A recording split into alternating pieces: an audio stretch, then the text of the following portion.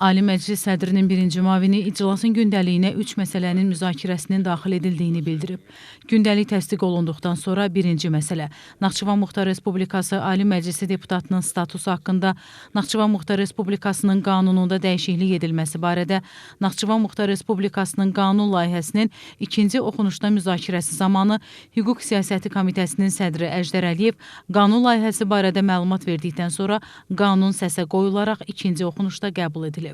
Ali Məclis sədrinin birinci müavini Bəxtiyar Məmmədov qeyd edib ki, növbəti məsələ Naxçıvan Muxtar Respublikası Ali Məclisinin komitələri haqqında Naxçıvan Muxtar Respublikasının qanununda dəyişiklik edilməsi barədə Naxçıvan Muxtar Respublikasının qanun layihəsinin birinci oxunuşda müzakirəsidir. Bildirilib ki, Naxçıvan Muxtar Respublikasının konstitusiyasında dəyişikliklərin təsdiq edilməsi haqqında Azərbaycan Respublikasının 2026-cı il 2 fevral tarixli Konstitusiya qanunu ilə əlaqədar ötən plenar iclasda Naxçıvan Muxtar Respublikasının İnsan Hüquqları üzrə müvəkkili Ombudsman haqqında Naxçıvan Muxtar Respublikasının qanununun ləğv edilməsi barədə Naxçıvan Muxtar Respublikasının qanunu qəbul edilib. Müvafiq qanuna uyğunlaşdırma məqsədi ilə Naxçıvan Muxtar Respublikası Ali Məclisinin komitələri haqqında Naxçıvan Muxtar Respublikasının qanununda dəyişiklik edilməsi barədə Naxçıvan Muxtar Respublikası qanununun layihəsi hazırlanıb.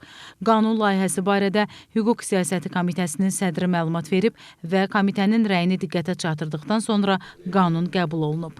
Gündəlikdə duran üçüncü məsələ Naxçıvan Muxtar Respublikası Ali Məclisinin Naxçıvan Muxtar Respublikasının Nazirlər Kabinetinə etimad məsələsinin həll edilməsi hüququnun əlavə təminatları haqqında Naxçıvan Muxtar Respublikasının qanun layihəsinin birinci oxunuşda müzakirəsi olub. Məsələ ilə bağlı Bəxtiyar Məmmədov vurğulayıb ki, Naxçıvan Muxtar Respublikasının konstitusiyasında dəyişikliklərin təsdiq edilməsi haqqında Azərbaycan Respublikasının 2026-cı il 2 fevral tarixli Konstitusiya qanunu ilə Ali Məclisin və Nazirlər Kabinetinin səlahiyyətlərində dəyişiklikləri nəzərə alaraq, həmçinin Naxçıvan Muxtar Respublikası Konstitusiyasının 25-ci maddəsinin 1-ci hissəsinin 6-cı bəndində əks etdirilmiş Ali Məclisin Nazirlər Kabinetinə etimad məsələsinin həll edilməsi hüququnun həyata keçirilməsi üçün yeni qanun layihəsi hazırlanıb. Qanun layihəsi barədə Hüquq Siyasəti Komitəsinin sədri məlumat verib, komitənin rəyini diqqətə çatdırıb.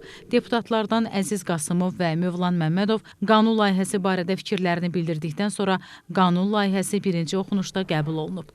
Bununla da Ali Məclisin iclası başa çatıb.